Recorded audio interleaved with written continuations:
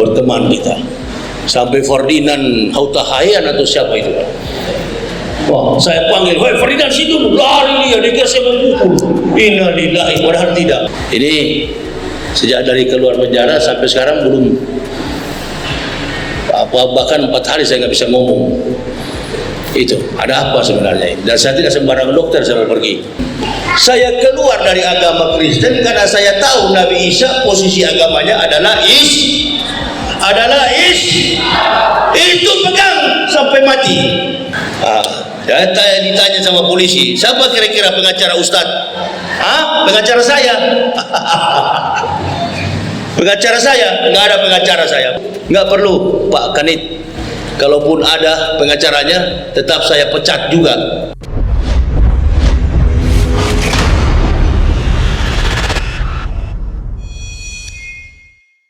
Bismillahirrahmanirrahim. Assalamualaikum warahmatullahi wabarakatuh. Ibu bapak, saudara-saudaraku rahimakumullah, pada kesempatan yang sangat berbahagia ini saya mengucapkan hormat dan salam takzim kepada pengurus masjid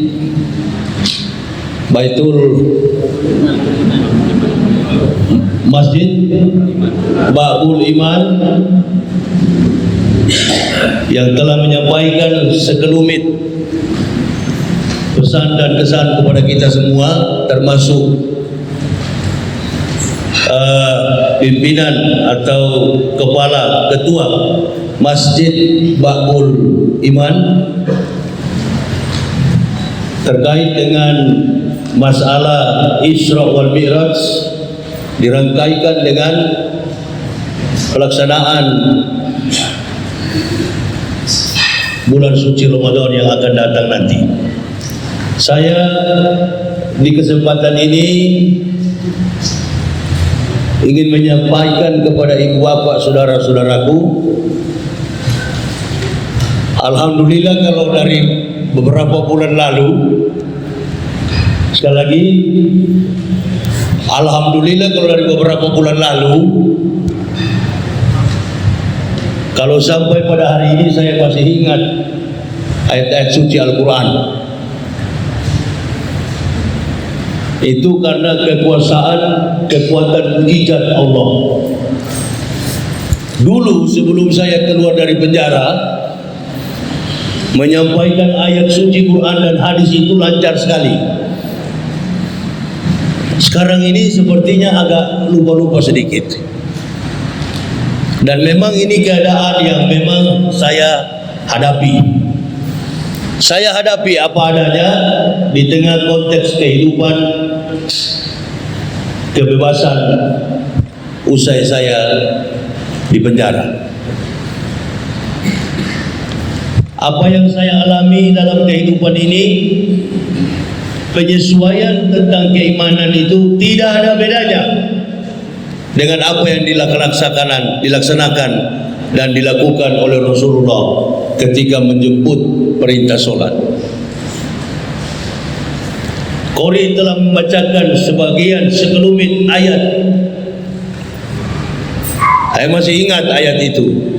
Subhanallazi asra bi abdi laila minal masjidil haram ilal masjidil aqsa. Jadi saya eja pelan-pelan.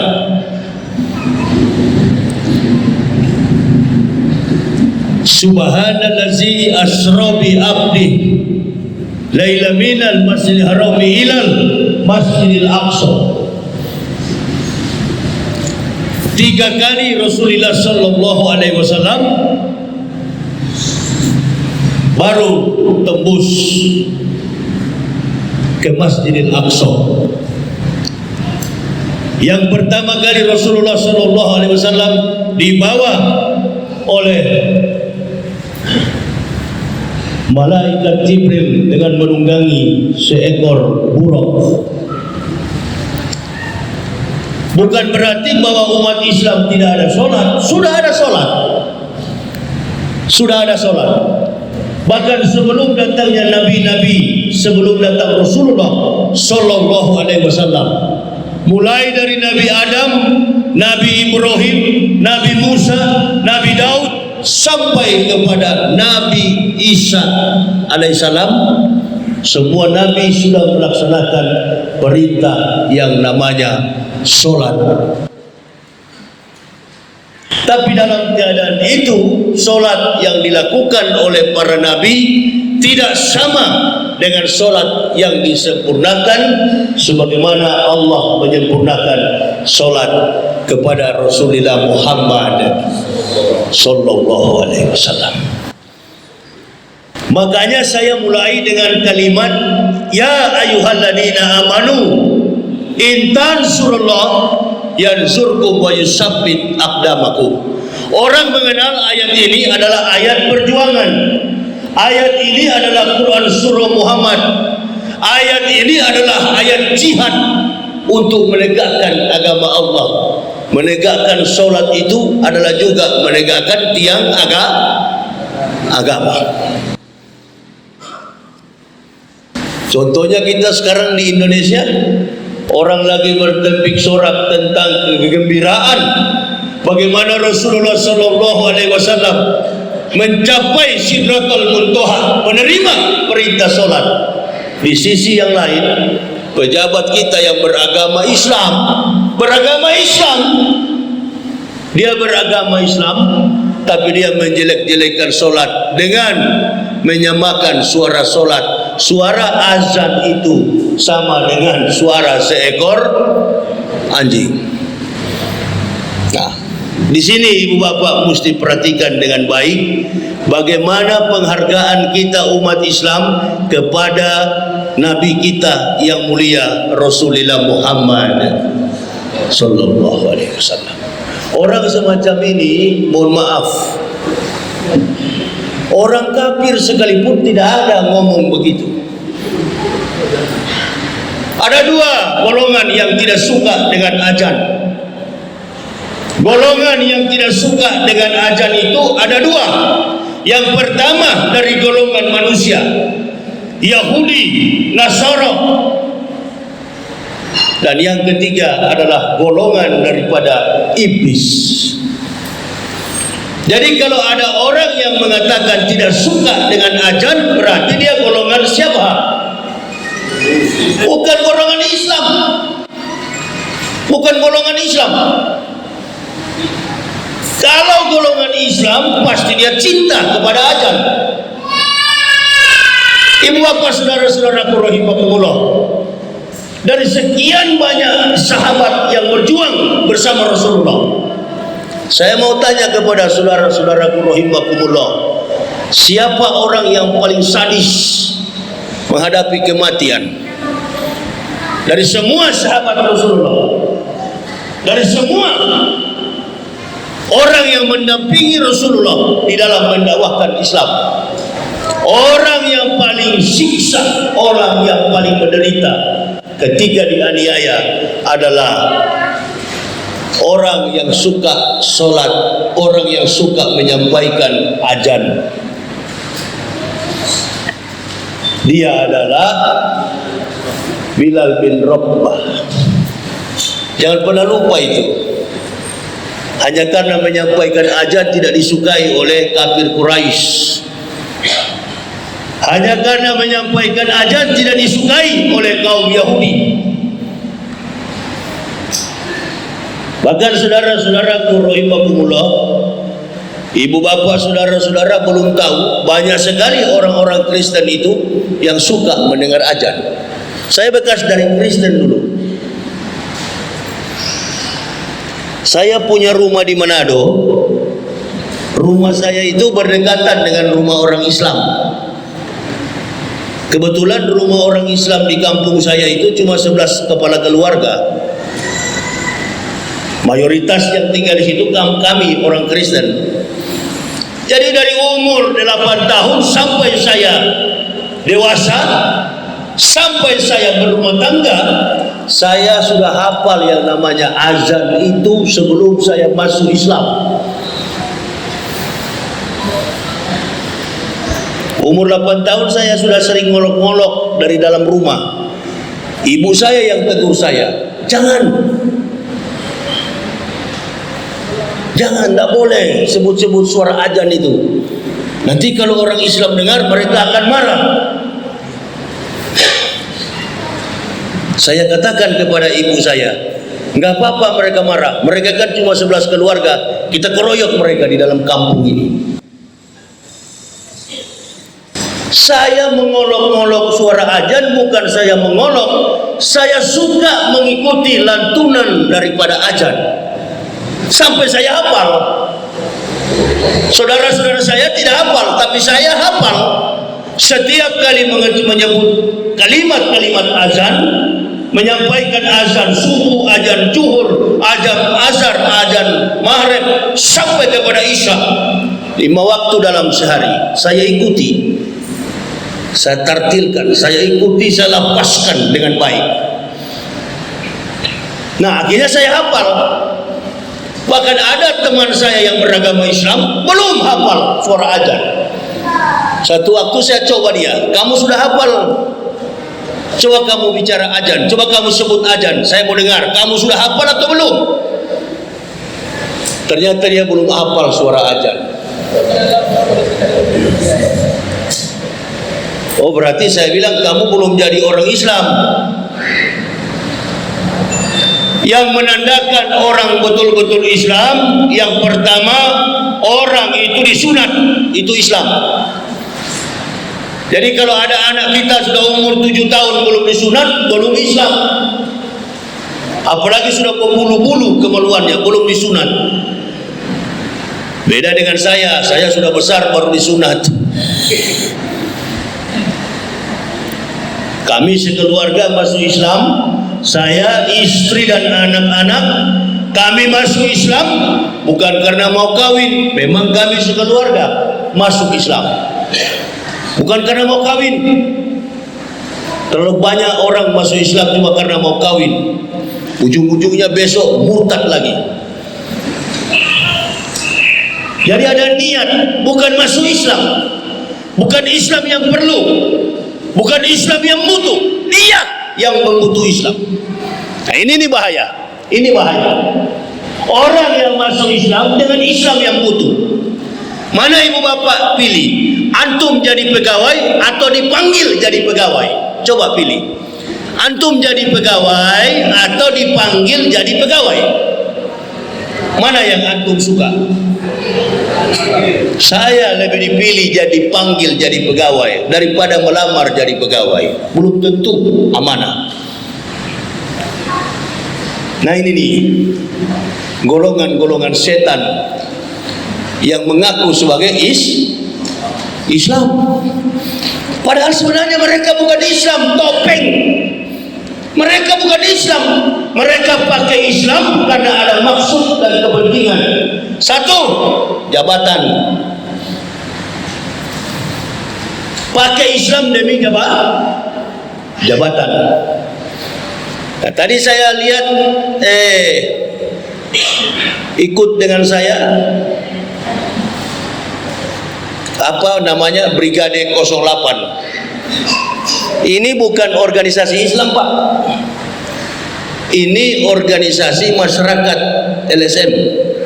Jadi mereka ini Pak Alung dan kawan-kawan ini tidak ada pangkat di masyarakat. Mereka bukan pegawai negeri, mereka juga tidak dibiayai oleh negara. Betul itu atau salah lu? Nah, nggak dibayar mereka. Tapi ada orang-orang yang ambisi jadi pegawai, mengatasnamakan diri sebagai Islam. Islam diperalat. Islam diperalat. Ini Islam mau hancur, Islam mau celaka, Islam mau bubar, Islam mau berantakan. Saya nggak peduli. Yang penting saya punya pangkat dan jabatan. Didik anak-anak kita supaya mereka menghormati perjuangan Nabi kita Muhammad sallallahu alaihi wasallam. Subhanallazi asra bi abdihi laila minal masjidil haram minal masjidil aqsa alladzi barakna haulahu linuriyahu min ayatina innahu huwas samiul basir. supaya kata Allah kami dapat memperhatikan, kami dapat menyaksikan kepada hamba Allah bagaimana kebesaran yang kami miliki. Diangkat ke Sidratul Muntaha. Langit pertama Rasulullah jumpa dengan Nabi Soleh. Langit kedua Rasulullah jumpa dengan Nabi Idris. Langit ketiga Rasulullah jumpa dengan Nabi Adam alaihissalam. Langit yang keempat Rasulullah berjumpa dengan Yahya dan Isa alaihissalam. Langit kelima Rasulullah jumpa dengan Nabi Harun, saudaranya Moses, saudaranya Musa. Kemudian langit keenam Rasulullah sallallahu alaihi wasallam jumpa dengan Nabi Musa alaihissalam. Langit ketujuh Rasulullah bersandar di satu tiang dan bertanya kepada Jibril alaihissalam, "Wahai Jibril saudaraku, siapa laki-laki yang bersandar pada tiang masjid itu? Laki-laki yang beruban." Jibril menjawab, "Laki-laki yang tengah bersandar pada tiang masjid itu, nama masjidnya adalah Masjid Baitul Makmur." Sekali lagi, nama masjidnya adalah Masjid Baitul Makmur yang berada di langit yang ketujuh. Siapa laki-laki yang bersandar pada tiang masjid? Namanya Ibrahim alaihissalam, laki-laki yang pertama-tama kali di dunia ini beruban rambutnya. Jadi kalau ibu bapak nanti di Pekanbaru ketemu orang yang beruban, sudah jangan ditanya, berarti itu keturunannya Ibrahim. Termasuk Hatta Rajasa dulu yang mau jadi wapres tidak jadi. Nah itu pokoknya ada yang datang di masjid rambutnya beruban, nah itu keturunan Ibrahim. Ditanya oleh Rasulullah, siapa nama Nabi itu? Namanya Ibrahim alaihissalam. Siapa namanya? Sayyidul. Namanya adalah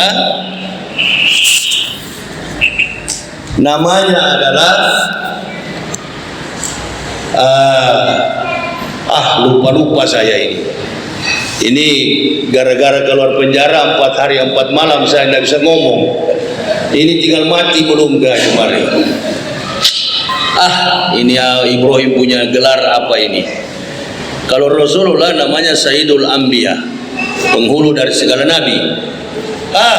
Ibrahim itu namanya Abu Anbiya. Abu Anbiya itu adalah bapak dari semua nabi. Jadi antum adalah Rasulullah. Kata Jibril, engkau wahai Muhammad adalah penghulu dari semua nabi, Sayyidul Anbiya, sedangkan Abu Anbiya adalah Ibrahim, bapak dari semua nabi. Jadi jangan coba-coba mengaku turunan nabi padahal tidak berasal dari turunan Ibrahim. Rasulullah sallallahu alaihi wasallam adalah merupakan titisan keturunan daripada Ibrahim. Ini Yahudi yang ada ini, yang biadab-biadab di Israel, bukan itu. Itu asimilasi antara Romawi dengan Yahudi. Tidak ada urusan dengan agama yang pernah dibawa oleh para nabi, jauh dalam rentang sejarah historik daripada Islam. Itu. Oleh karena itu Islam sama sekali ajarannya. Sebelum Nabi Muhammad sholat 620 tahun Nabi Isa sudah menjalankan sholat. Di mana itu Ustaz? Antum nanti buka di Quran surat yang ke-30, surat yang ke-19 kalau nggak salah, ayat yang ke-30 sampai 31. Nah itu surat tentang Maryam. Jadi kalau dalam kitab dalam Islam itu, ibu daripada Isa itu ditulis dalam kitab, namanya Maryam. Itu dia. Saya selama dulu jadi pendeta, waktu jadi Kristen, nggak pernah saya tulis ada kitab yang bernama Maryam, Yusuf, nggak ada. Nggak ada.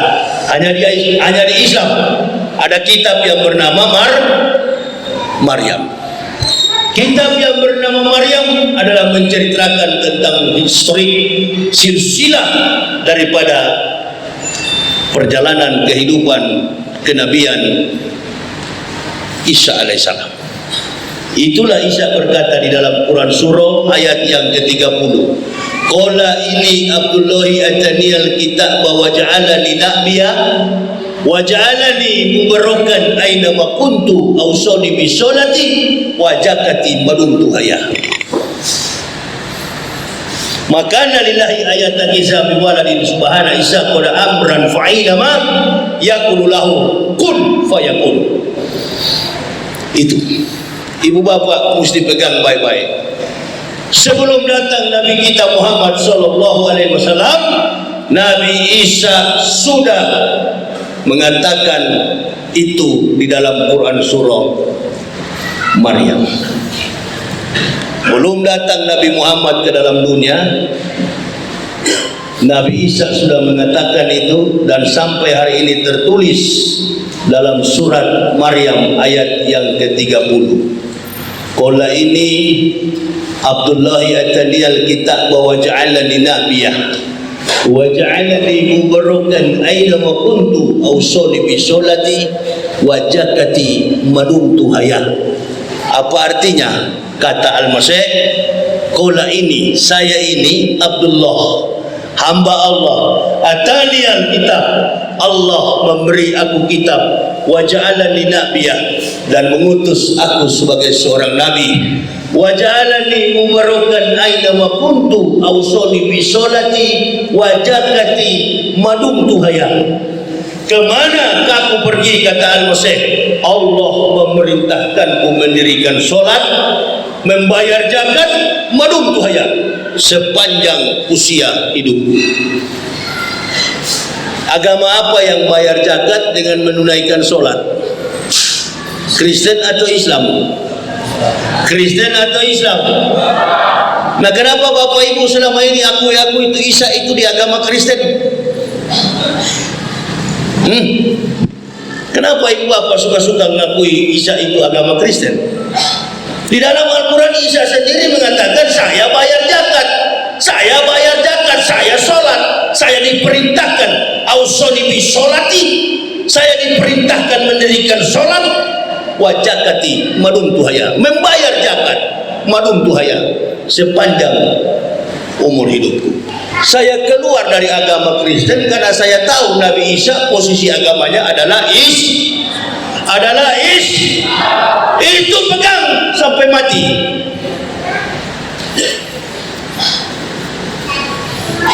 Kenapa yang bapak seolah-olah Kristen Isa?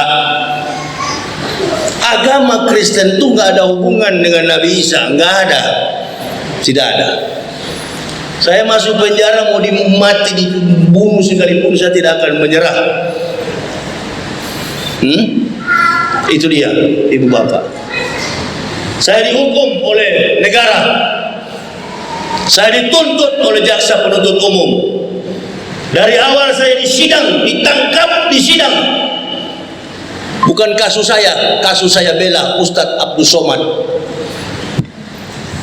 tahun 2019. Seluruh pendeta menyerang Ustadz Abdul Somad, nggak ada satupun Ustadz yang bela beliau. Ustadz mana yang bela Ustadz Abdul Somad?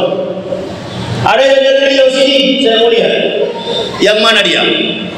Apalagi yang banyak-banyak ngomong sekarang ini yang di televisi-televisi itu. Mana yang mereka berdiri dan paling depan mengatakan saya bela di hadapan Abdul Somad? Ada mereka punya kompetensi untuk membela Ustadz Abdul Somad, mereka tidak punya kompetensi untuk membela secara teologis tentang pemahaman kekeliruan daripada agama Kristen, kecuali Yahya Waloni, makhluk yang tidak berharga ini. Saya bela Abu Somad tahun 2019. Buka kasus itu, buka di pengadilan. Saya bawa semua bukti-bukti, tuduhan-tuduhan terhadap saya. Oh, Pak Yahya bilang Roh Kudus, kami Roh Kudus. Saya mohon maaf.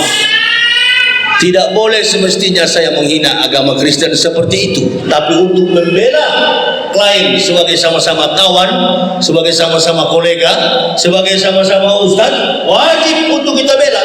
Tapi kadang-kala yang mulut kita ini sudah terlalu kencang, akhirnya sudah salah-salah ngomong. Kita dipenjarakan karena kita dianggap sebagai menyelewengkan, mencandai, humoris, dan melakukan penghinaan kepada agama lain. Kita nggak boleh sebenarnya begitu.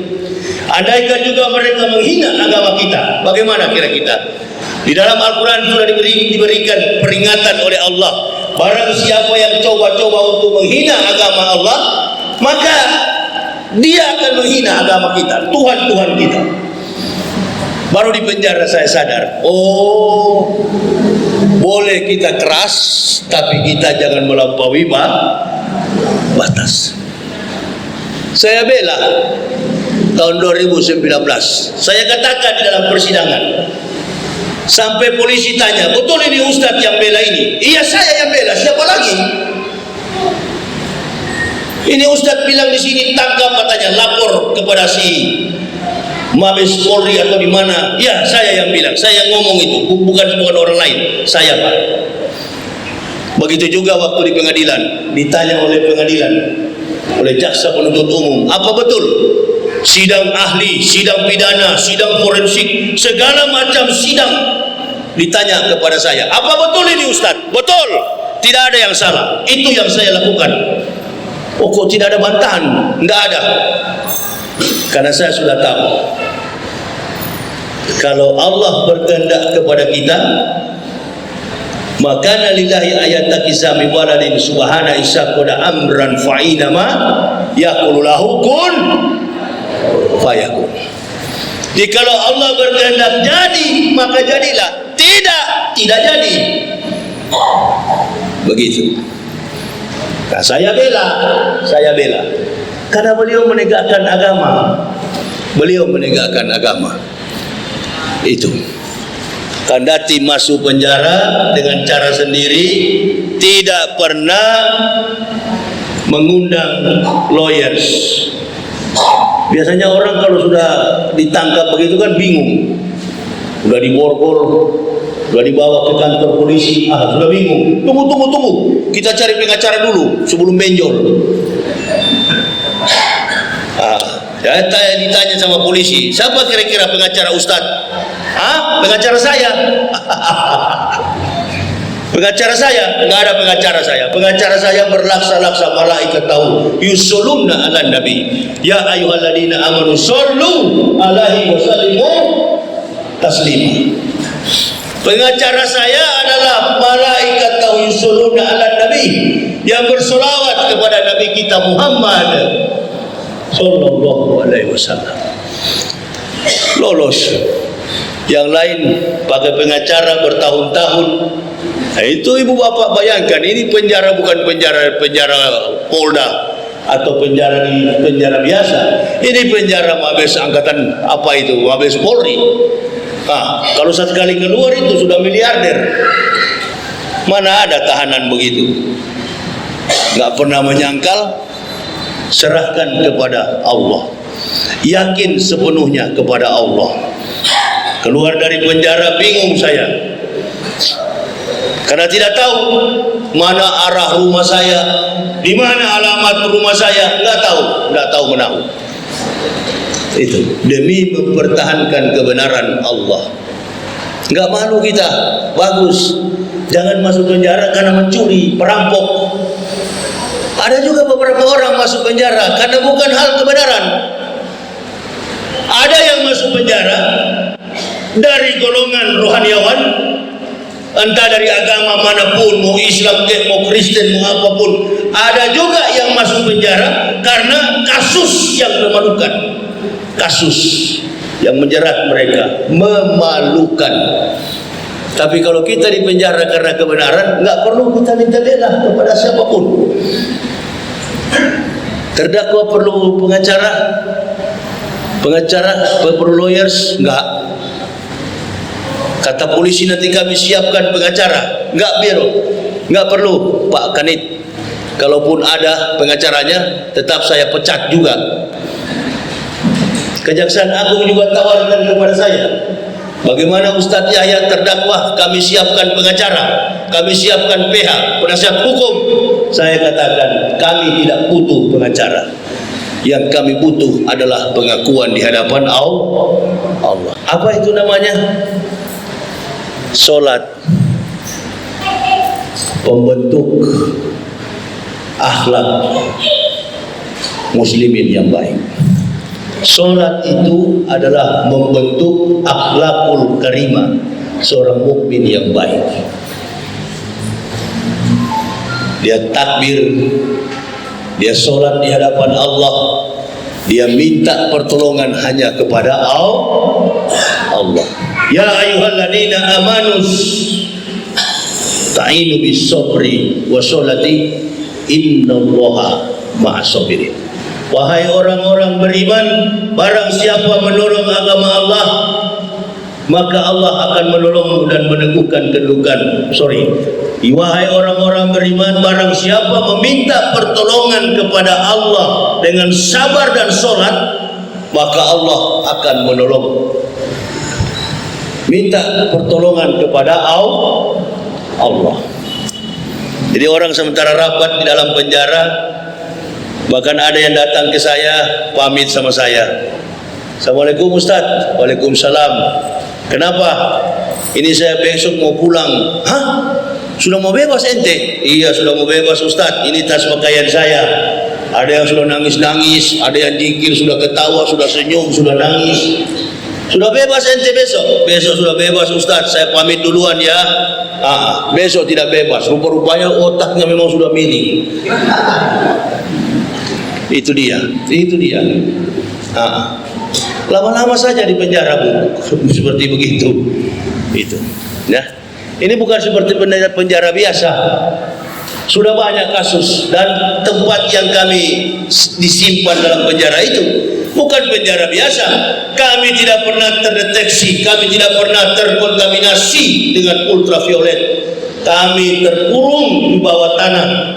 Tidak pernah ada akses matahari tembus ke kami.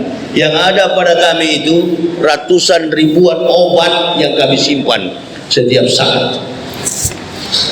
Enggak penyakitan kira-kira kami. Itu dia, di bawah tanah. Nah, sekarang kita tinggal berdoa bagaimana Habib Ana Rizik Syihab dalam waktu dekat ini beliau dibebaskan. Karena kalau tidak juga bahaya juga. Ini penjara di bawah tanah. Ini bukan rahasia umum, mulai terbongkar satu persatu. Itu ibu bapak.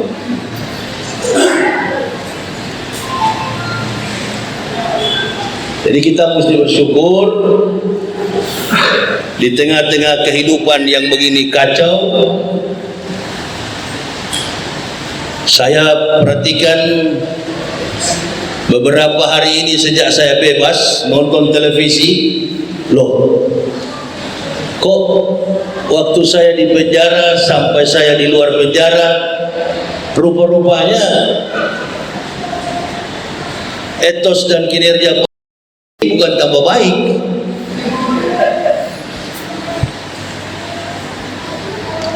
Bukan Pak Jokowinya, pembantu-pembantunya nggak ada yang bagus. Termasuk ini yang dan yang siapa itu? Pimpinan ormas apa itu? Itu. Nanti kalau sudah orang sudah demo, banser diturunin. Sosok semua itu ya. Ini hanya memperalat Islam demi mendapatkan pangkat.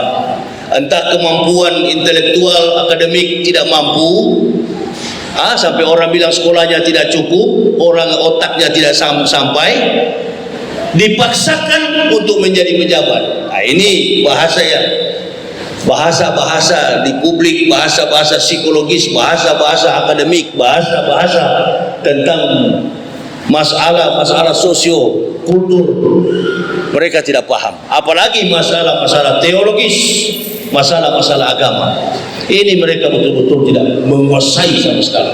Rusak jadinya. Nah, ini ibu bapak jangan terpengaruh, karena ini rangkaian daripada percaturan keributan ini sudah sering terjadi. Mulai dari Jokowi menjabat sampai saat ini, setiap kali ada keributan pasti pejabat yang buat keributan.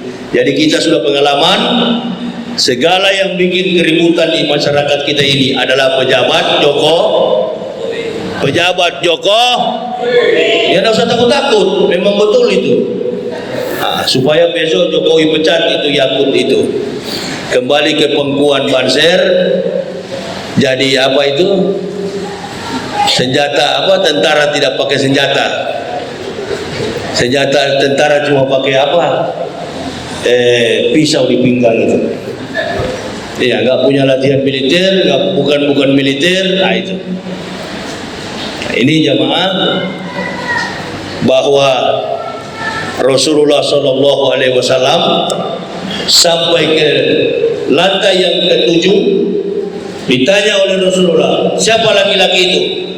Beliau adalah Ibrahim.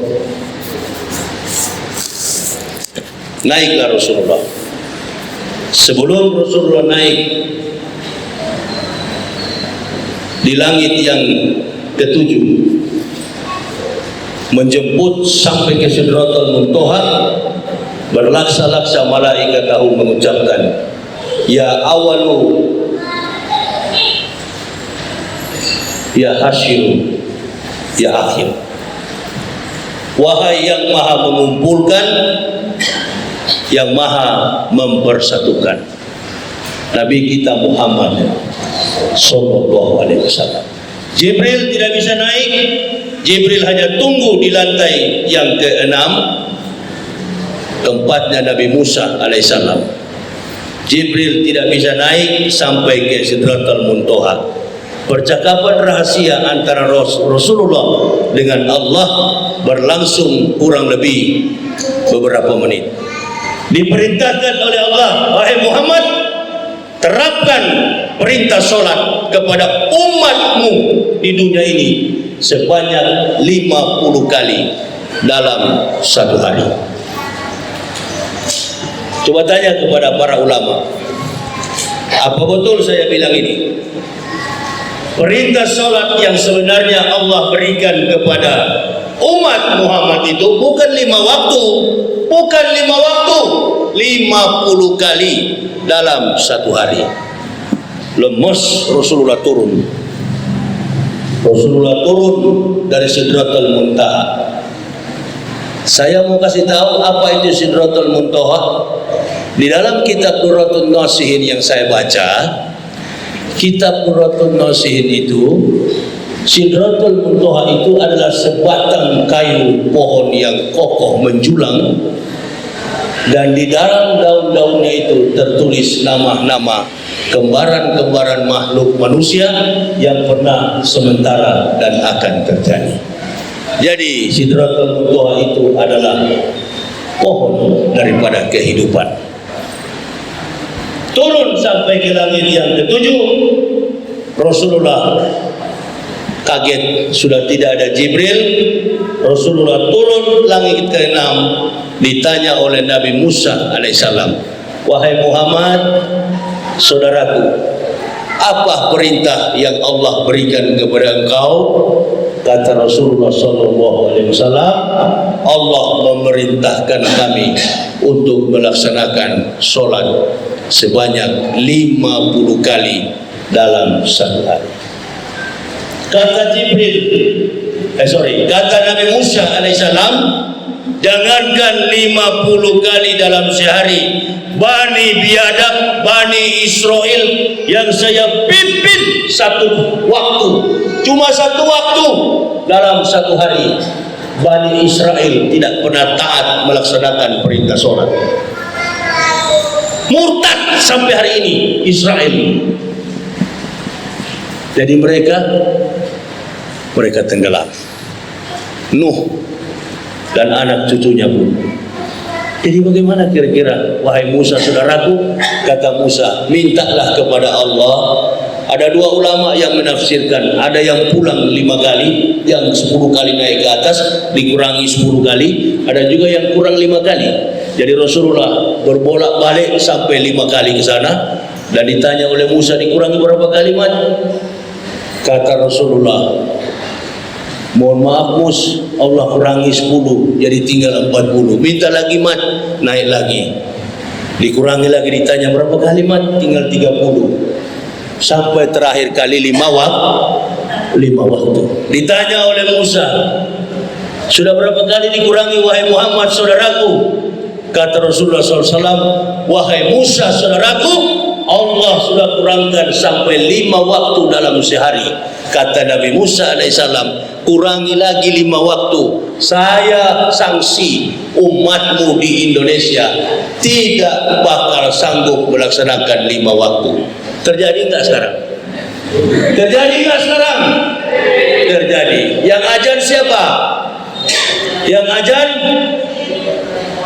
Allahu Akbar, Allahu Akbar, menyebut nama Allah. Jangan disepelekan, jangan dilecehkan, jangan dihina. Innalillahi. Dosa apa nanti kita akan terima untuk anak cucu kita?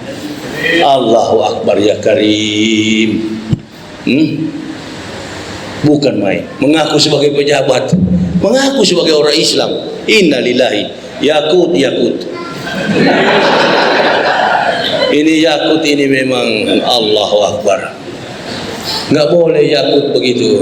Walaupun dia menteri agama, dia sebentar lagi kalau Jokowi turun, dia turun juga. Ini Yakut ini dia penceramah bukan, dia juga ustadz bukan, begitu ya. Ini kita sebagai pendakwah kita mesti tegas dalam mengatakan itu. Ini Yakut ini punya kurang ajar, ini tidak boleh begitu. Ada orang Kristen sendiri yang ngomong, orang Kristen sendiri di kampung saya di Manado. Dia bertetangga puluhan tahun dengan Masjid Istiqlal di Manado. Dia tidak pernah komplain, malah dia bilang, saya paling senang kalau mendengar suara azan. Itu orang bukan orang Islam. Ini katanya ngaku Islam, malah orang kafir yang komplain. Kami tidak butuh kau bela. Kamu hanya bikin kacau antara umat beragama. Itu saya masih ingat tuh Yakut punya mulut itu. Apabila ada orang yang menyinggung simbol-simbol dalam agama manapun, itu dia punya mulut itu. Termasuk saya yang menyinggung simbol-simbol Kristen kemarin. Saya masuk penjara. Roh Kudus, saya bilang Roh Kudus. Itu saya tanggung risikonya. Matius, Markus, Lukas, Stefanus, Tetanus, Spiritus, Capticus. Itu saya sebut, masuk penjara saya. Itu yang didakwakan oleh hakim. Itu dia. Masuk penjara. Itu dia. Nah sekarang dia pernah mengatakan, siapa yang menyinggung simbol dalam Islam sekecil apapun, simbol dalam Kristen sekecil apapun, simbol dalam Hindu, simbol dalam Buddha, semua agama di Indonesia disinggung simbolnya, dia harus diperiksa. Nah ini Yakut sudah pas, sudah memenuhi syarat ini. Coba sekali-sekali kasih rasa di Mabes Polri dulu, kasih masuk penjara dulu di Mabes Polri. Itu iya kan. Baru ketemu yang bajingan-bajingan di dalam. Itu dia. Sama dengan Kacek waktu masuk penjara. Itu hancur memang. Nggak tahu dia bagaimana sudah mukanya. Iya toh. Kalau ente Yahya kapan dipukul? Saya tinggal tunggu siapa yang pukul. Nggak ada yang berani. Coba-coba aja kalau ada yang berani. Masuk saya ke dalam penjara. Ditanya, ada yang bajingan di sini, ada yang memukul. Coba, saya bilang. Nggak berani. Sampai Pak RT yang datang ke saya, kami sudah kasih ultimatum Ustaz, Ada Ustadz yang mau masuk besok pagi, sampai Jenderal Napo pun ada di situ. Jenderal Napo, Napoleon Bonaparte. Ustadz Yaya mau masuk, yang dari golongan kalian yang tidak suka sama Ustadz Yaya, dia tunggu besok pagi. Nggak ada yang berani. Saya bilang sudah latihan karate dia dulu 2-3 minggu baru lawan saya. Nggak ada yang berani. Nggak ada. Malah saya jadi imam di situ, saya jadi khutbah di situ.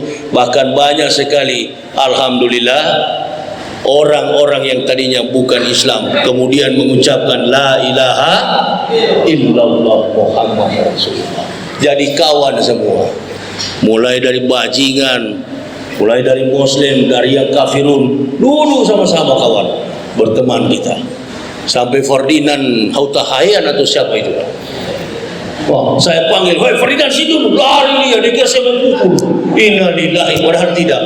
Padahal saya mau panggil dia untuk kita ngobrol, dialog. Dia kabur duluan. Waduh, katanya Tuhanmu kuat. Pakai lari ini kawan. Itu. Besok saya panggil duduk di situ, ngobrol kita. Bye-bye Pak Ferdinand, saya sudah mau keluar. Iya. Wow, pertama kali masuk penjara, itu. Tinggal mau gila tidak? Dikurung sendiri dalam kamar, soalnya kemari, mondar-mandir. Itu dia. Nah, ini pesan yang saya selalu sampaikan kepada umat, kepada jamaah. Ya, kalau untuk kebenaran kita nggak apa-apa di penjara 20 kali pun, nggak jadi masalah. Tapi jangan kita di penjara karena ditunggangi oleh kepentingan politik. Siapapun mau jadi presiden ke depan nanti, ke depan sana, siapa kira-kira jadi presiden Ustaz? Sudahlah, habis Jokowi ini paling Prabowo. Tidak ada lagi presiden. Siapa yang mau jadi presiden? Ibu Bapak tahu siapa yang menjadi presiden? Nggak ada yang menjadi presiden kecuali Prabowo. Karena itu, anak habis dari Jokowi ya Prabowo. Jokowi kan bilang, kamu dulu ganti. Nggak ada itu spekulasi orang, ini nanti akan ini yang jadi presiden. Nggak. Baku ganti. Habis ini Jokowi bilang, yang jadi presiden. Saya sudah tahu itu. Tahu saya. Maka saya cuma dihukum 5 bulan. Nggak ada pembela saya, nggak ada saya kenal hakim, nggak ada saya kenal siapapun, nggak ada. Nggak pernah saya berjumpa dengan hakim, apalagi bayar pakai suap, itu nggak ada. Bukan gampang di Mabes Polri itu. Kalau mau main-main suap, itu semua karena kekuasaan Allah. 5 waktu Muhammad, hanya 5 waktu yang diberikan. Mau tidak, laksanakan. Kata Musa, tidak akan mampu ya Rasulullah, umatmu di Indonesia tidak akan mampu melaksanakan sholat 5 waktu.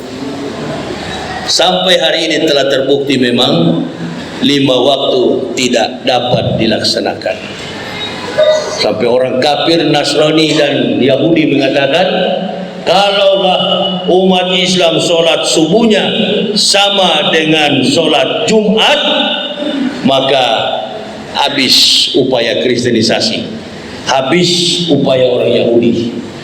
Tapi sampai hari ini, Allahu Akbar ya Karim, kalau sholat subuh paling cuma 2 saf, 3 saf, ibu-ibu, nenek-nenek. Dulu saya dengar itu banyak sekali kuliah subuh itu rame-rame. Panas-panas tai bebek atau apa, panas-panas tai ayam, begitu kan? Nanti sudah lama-lama surut lagi. Kenapa? Karena di dalam Islam saling menjatuhkan. Di dalam Islam saling menjatuhkan. Orang sholat yang dipersalahkan adalah cara ibadahnya, gerakannya yang dipersalahkan. Orang kunut jadi masalah, orang tidak kunut jadi masalah. Itu yang saya perhatikan. Itu orang kunut jadi masalah, orang tidak kunut jadi masalah. Ini yang membuat Islam bukan tambah maju, tapi sholat di Indonesia makin hari makin mundur. Silakan antum pakai cara dengan kunut, Allahumma dinna fiman hadait wa afina fiman afait wa tawallana fiman tawallait wa barik lana fima atait wa qina bi rahmatika syarrah ma qadait. Silakan antum pakai kunut karena kunut adalah doa. Antum juga tidak pakai kunut, alhamdulillah, lebih cepat, lebih bagus. Ya tidak apa-apa. Ngapain kalian ribut? Nah, yang tertawa orang kafir, iblis, setan, munafik, kafirun, dan orang-orang suka adu domba. Itu. Jadi di Indonesia ini bukan cuma golongan munafik, tukang adu domba sama-sama muslim juga sudah ada sekarang. Sudah ada. Demi kepentingan finansial, kendati menjatuhkan sama-sama muslim. Jadi tidak apa-apa. Nanti sebentar subuh, siapa yang melaksanakan sholat pakai kunut silakan. Yang tidak pakai kunut juga silakan. Begitu juga nanti di bulan puasa nanti, iya kan? Ada yang 23 rakaat, witirnya 3 rakaat, betul ya? Iya ya? Ya. 20 rakaat, 23 rakaat, 3 rakaatnya itu witir, 20 rakaat. Ada juga yang hanya 8 rakaat, ada juga witirnya 3, 11. Nggak jadi masalah. Tapi saya lebih memilih 8 rakaat, lebih cepat, lebih bagus. Nggak usah banyak-banyak, nggak usah panjang-panjang, pendek-pendek aja. Iya, ya. Ada yang 20 rakaat, ada yang bertahan. Ada yang 8 rakaat, bubar. Nanti saya witir di rumah, silakan antum witir di rumah 3 rakaat, nggak jadi masalah. Begitu. Karena ibadah yang paling sempurna adalah ketika kita menunaikan sholat 5 waktu. Sholat afdalul a'malu as-sholatul khams. Amal yang paling utama adalah sholat 5 waktu. Amal yang paling utama afdalul a'malu as-sholatul khams. Amal yang paling utama adalah sholat 5 waktu. Kemudian ditambah-tambahkan dengan sholat-sholat sunat, dan kemudian nanti di bulan Ramadan nanti kita akan menunaikan sholat tarwih. Ada yang 20 rakaat, ada juga yang 11 rakaat. Kita ikuti semua sesuai panduan para ulama. Di mana yang lebih baik, apa yang diinginkan oleh seorang imam di salah satu masjid, imam rawatib, itu yang kita ikuti. Jangan jadikan pertengkaran. Jangan kita mau bikin ibadah, datang lagi grup dari luar masuk. Oh salah, yang begini yang betul, yang begitu yang betul. Pengurus masjid mulai didikte-dikte. Kamu salah, ini yang betul Pak Haji. Ini Pak Haji sebagai ketua salah begini-begini. Nggak usah percaya. Apalagi sudah kemarin saling percaya. Di penjara saya waktu kemarin di penjara. Dari sekian orang yang sholat itu, masya Allah, banyak sekali gaya. Ada yang lurus begini, ada yang begini, ada yang kakinya satu ke atas dulu, nggak jadi masalah. Mainkan kawan. Cuma ada yang satu kakinya agak lebar, ya itu saya tendang sedikit, kawan. Ini bukan kelatihan kungfu, mati sedikit. Ente kakinya sudah terlalu lebar itu, kayak mau latihan ke taekwondo itu, maju sedikit. Ini bagaimana orang mau apa itu? Sap dibagikan, sap diratakan, sap bisa makan, dia sudah buka sampai lebar begini. Ini taekwondo, ini kawan satu, ini masuk. Nanti sebentar kita dua latihan taekwondo, maju lurus. Kakimu kerapatan dulu, nanti habis sholat baru kita dua latihan taekwondo di sini. Begitu habis sholat saya bilang, ayo pasang kuda-kudamu situ, saya serang dari sini. Oh jangan Ustaz, pasang kuda-kudamu, saya serang. Begitu dia pasang, saya tembak satu kali ke bawah, di bawah situ. Banyak orang penjara yang lihat-lihat, memang sengaja saya suruh bikin begitu. Langsung ke bawah. Lain kali kalau sholat tidak usah kasih tunjuk jago di hadapan Allah.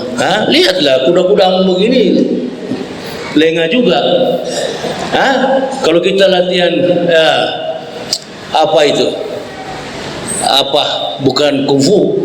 Kita tidak perlu pakai kuda-kuda, cuma berbuah seperti kaki X, seperti Steven Seagal punya cara itu. Saya tidak usah. Imam begitu juga. Tapi kalau tidak dibuka juga kakinya bisa bahaya. Kalau lampu bisa pecah, buka sedikit lah. Kan begitu. Nah, di Islam kan begitu, ada yang buka, ada yang lurus begini. Kalau lurus begini, waduh, bisa keram ini kaos lampu kalau begini. Nah, itu cara yang sudah didasarkan oleh pemahaman para ulama yang diajarkan Nabi kita Muhammad sallallahu alaihi wasallam. Karena semua sumber ibadah syariat yang diajarkan Nabi itu diajarkan oleh para ulama. Innal ulama warasatul anbiya. Karena ulama itu adalah pewaris dari segala nabi. Jadi dia latihan, dia sesuaikan dengan apa yang dia ikuti, dia lihat di hadapan kehidupan iman syari dan semua bentuk-bentuk peribadatan Nabi kita Muhammad sallallahu alaihi wasallam. Jadi saya kira itu ibu bapak yang bisa saya sampaikan. Mudah-mudahan apa yang kami sampaikan ini bermanfaat bagi kita semua, terutama di dalam kita menjaga ukhuwah Islamiyah. Jaga ukhuwah ini dan kita tidak usah terpengaruh dengan orang-orang yang mencela-cela Islam, orang-orang yang menghina-hina Islam. Kita terpengaruh, jangan terpengaruh kita. Tetapi kita tunjukkan bahwa kita kuat dalam menunggu apa itu, dalam senantiasa kita menegakkan agama Islam ini. Nanti kalau ada hal-hal begini, kami yang sebagai penceramah yang akan bicara. Ya, seperti Yakut bikin hal begini, biar kami yang ceramahkan. Ibu bapak yang penting melaksanakan perintah apa yang sudah diamanahkan Allah dan Rasul. Saya kira ini yang bisa saya sampaikan, ibu bapak. Lebih dan kurangnya saya mohon maaf, tidak bisa saya lebihkan.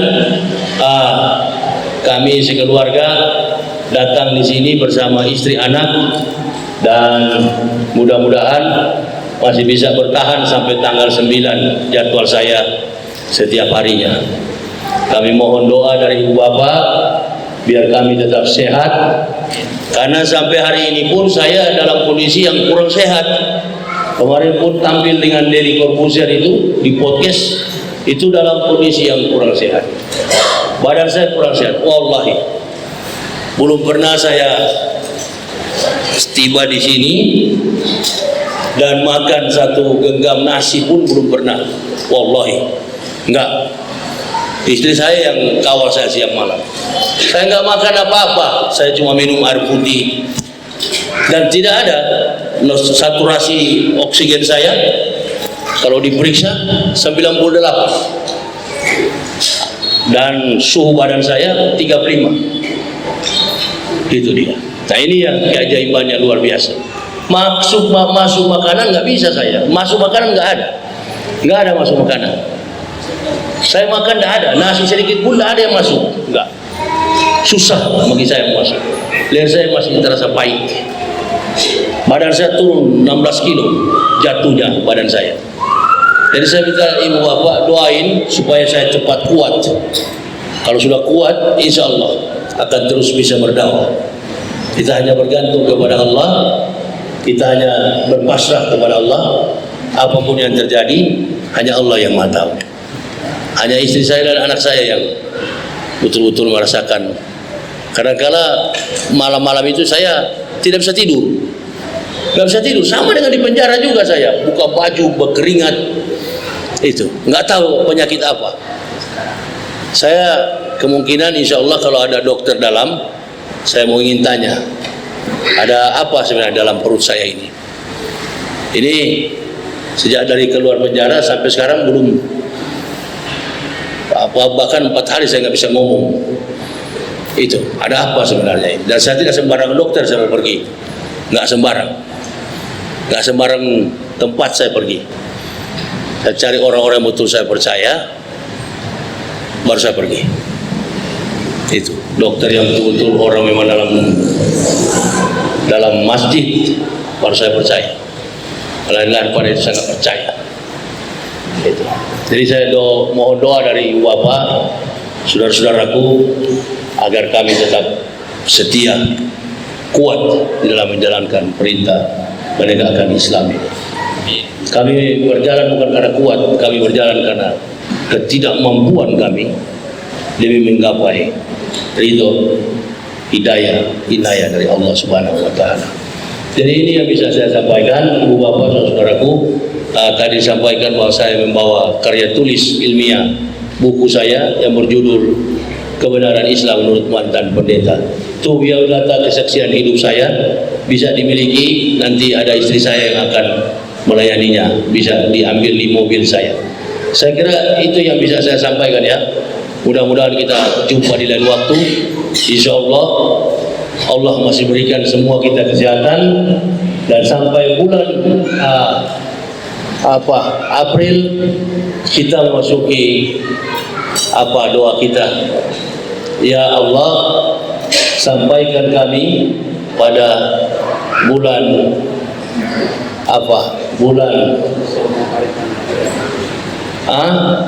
Allahumma barik lana fima razaqana wa qina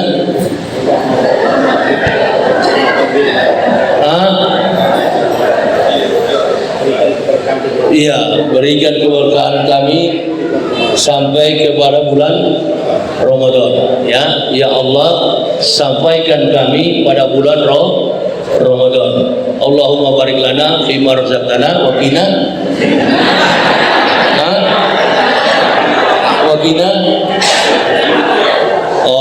salah ya. Ya Allah, sampaikan kami kepada bulan Ramadan. Iya. Iya. Sampaikan kepada bulan Ramadan. Jadi bulan Sya'ban dan Ramadan, sampaikan ke sana supaya kita sampai di sana, diberi kesehatan oleh Allah Subhanahu wa taala. Saya kira itu ya Ibu Bapak ya. Ini yang bisa saya sampaikan. Saya nggak bisa panjang-panjang lagi karena nggak mampu saya. Insya Allah di lain waktu kita akan jumpa lagi. Barakallah. Terima kasih atas segala perhatiannya. Mohon maaf atas segala kekurangan kami. Usikum wa nafsi bitaqwallah. La ilaha illa huwa 'alallahi falyatawakkalul mu'minun. Wassalamualaikum warahmatullahi wabarakatuh.